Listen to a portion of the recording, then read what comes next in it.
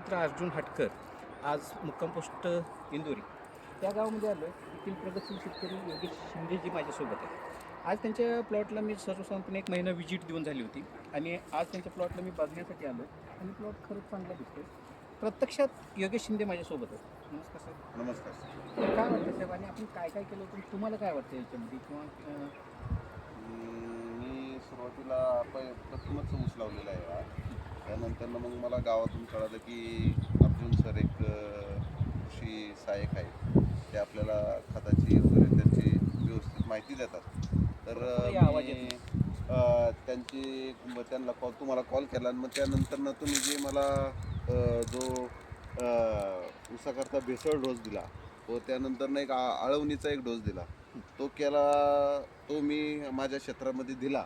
तर ते पाहता असं वाटतं की ऊस माझा खूप चांगला आले का तुम्हाला असं वाटतं. म्हणजे ज्यावेळेस देताना ऊस कसा होता आणि आज 1 महिन्यानंतर ऊस कसा आहे? नाही, देताना जरा फुटवे नव्हते त्याला, मध्ये फुटवे नव्हते, थोडासा ऊस कमी याचा होता जोर. आता मला जसा माझा ऊस थोडासा असा जाड पण दिसतोय, फुटव्यामध्ये पण चांगली ग्रोथ आली. तुम्हाला फुटवे दाखवायचे तर आता सध्या मी फुटवे दाखवतो. हे बघा, आता फुटवे अशा पद्धतीनं फुटव्याचा लेवल जो आहे तो एकच नंबर झालेला आहे. आणि आज जर बघायला गेलं तर योगेश शिंदे जी आपलं काय मत आहे आणि लोकांसाठी तुमचा काय सल्ला असेल? लोकांसाठी हा सल्ला असेल की थोडंसं आपण शेताकडं, ऊसाकडं, पिकाकडं लक्ष दिलं पाहिजे. आपण जो चांगल्या अर्जुन सरांकडून जो भेसळ डोस व आळवणी ह्या खतांचं त्यांनी चांगलं मार्गदर्शन केलेलं आहे. तुम्ही पण त्यांच्याकडून असंच मार्गदर्शन जर घेतलं तर तुमच्या ऊसाचं टनेज चांगल्या प्रकारे वाढू शकतं.